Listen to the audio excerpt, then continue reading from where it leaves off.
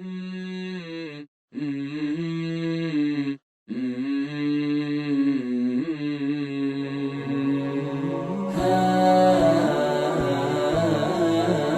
اللہ الرحمن الرحیم۔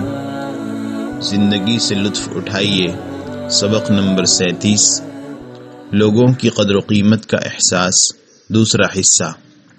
حضرت کعب رضی اللہ عنہ اپنا بیان جاری رکھتے ہوئے فرماتے ہیں، پھر رسول اللہ صلی اللہ علیہ وسلم مجھ سے مخاطب ہوئے اور فرمایا، آپ چلے جائیں حتیٰ کہ اللہ آپ کے متعلق کوئی فیصلہ کر دے۔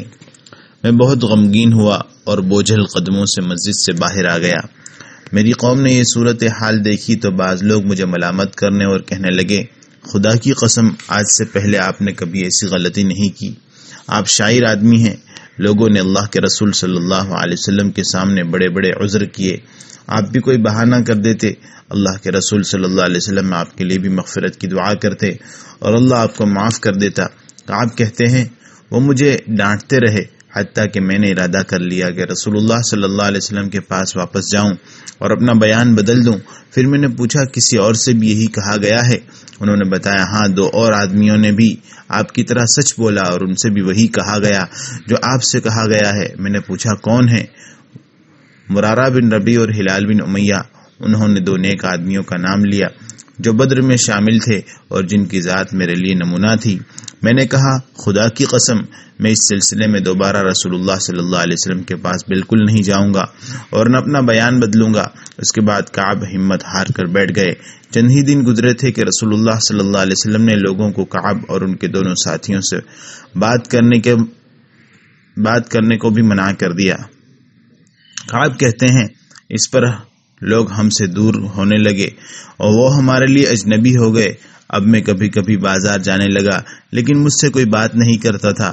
لوگوں کے چہرے بدل گئے، یہ وہ چہرے نہیں تھے جن سے ہم واقف تھے۔ در و دیوار کاٹ کھانے کو دوڑتے، یہ وہ در و دیوار نہیں تھے جنہیں ہم پہچانتے تھے۔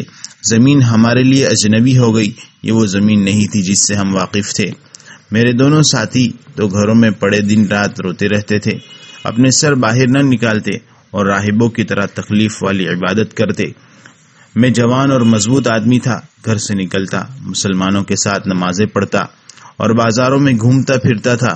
مجھ سے کوئی کلام نہیں کرتا تھا۔ مسجد جاتا تو نبی صلی اللہ علیہ وسلم کے قریب آ کر آپ کو سلام کرتا۔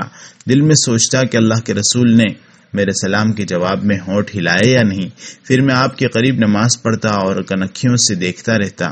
میں نماز کی طرف متوجہ ہوتا تو رسول اللہ صلی اللہ علیہ وسلم مجھے دیکھتے اور جب میں دیکھتا تو آپ منہ پھیر لیتے۔ یوں ہی دن گزرتے رہے۔ ایک اور آزمائش نے سر اٹھایا۔ کعب اپنی قوم کے معزز آدمی اور فصیح و بلیغ شاعر تھے۔ آس پاس کے بادشاہوں کو ان کے اشعار پہنچتے اور وہ اس شاعر سے ملنے کی تمنا کرتے۔ ایک دن کعب بازار میں گھوم رہے تھے کہ ایک عیسائی جو شام سے آیا تھا پوچھتا پھرتا تھا، مجھے کعب بن مالک کا پتہ کون بتائے گا؟ لوگوں نے کعب کی طرف اشارہ کر کے اسے بتایا۔ وہ کعب کے پاس آیا اور غسان کے بادشاہ کا خط انہیں دیا۔ کعب نے خط کھولا، اس میں لکھا تھا، اما بعد کعب بن مالک، مجھے معلوم ہوا ہے کہ تمہارے صاحب نے بے وفائی کی ہے اور تمہیں اپنے سے دور کر دیا ہے۔ اللہ نے تمہیں ذلت کے گھر میں رہنے اور ضائع ہونے کے لیے نہیں بنایا۔ ہمارے پاس آ جاؤ، ہم تمہارے سارے غم دور کر دیں گے۔ کعب نے خط پڑھا اور کہا، انا للہ و انا الیہ راجعون۔ کفار میری لالچ کرنے لگے ہیں، یہ ایک اور آزمائش ہے۔ پھر فوراً خط تنور میں جا پھینکا اور بادشاہ کے پیشکش پر کچھ دھیان نہیں دیا۔ کعب کے لیے دربار شاہی کا دروازہ کھلا۔ دنیا کے امیر انہیں اپنا ساتھی بنا کر اعزاز بخشنا چاہتے ہیں۔ مدینہ میں بسنے والے چہروں کے تیور بدل چکے ہیں۔ کعب سلام کرتے ہیں تو جواب نہیں دیا جاتا، سوال کرتے ہیں تو سنا نہیں جاتا۔ اس کے باوجود انہوں نے کافروں کی طرف توجہ نہیں کی۔ شیطان انہیں ڈگمگا دینے اور خواہش کا بندہ بنانے میں ناکام رہا۔ انہوں نے غسان کے بادشاہ کا خط آگ میں ڈال دیا۔ دن پر دن گزرتے رہے، پورا 1 مہینہ بیت گیا۔ کعب اسی حال میں رہے۔ گھیرا تنگ سے تنگ ہوتا جا رہا تھا۔ نہ تو رسول اللہ صلی اللہ علیہ وسلم انہیں بحال کر رہے تھے اور نہ وحی ہی کوئی فیصلہ دے رہی تھی۔ 40 دن پورے ہوئے تو نبی صلی اللہ علیہ وسلم کا ایلچی کعب کے ہاں آتا اور دروازہ کھٹکھٹاتا ہے۔ کعب جلدی سے باہر آتے ہیں کہ شاید آسانی آ گئی۔ قاصد کہتا ہے رسول اللہ صلی اللہ علیہ وسلم آپ کو حکم دیتے ہیں کہ اپنی بیوی سے علیحدہ ہو جائیں۔ کعب نے پوچھا طلاق دے دوں یا کیا کروں؟ اس نے کہا نہیں، لیکن علیحدہ رہیں اور اس کے قریب نہ جائیں۔ کعب فوراً بیوی کے پاس گئے اور کہا اپنے گھر چلی جاؤ اور ان کے ہاں رہو حتیٰ کہ اللہ اس معاملے کا فیصلہ کر دے۔ رسول اللہ صلی اللہ علیہ وسلم نے دوسرے دونوں صاحب کی طرف بھی یہی پیغام بھیجا۔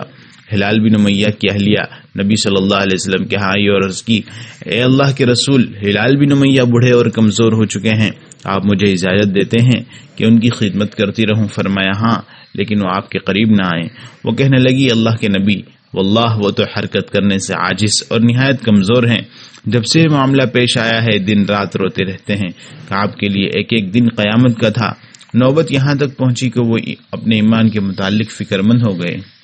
وہ مسلمانوں سے بات کرتے لیکن مسلمان ان سے کتراتے۔ رسول اللہ صلی اللہ علیہ وسلم کو سلام کرتے تو جواب نہ ملتا۔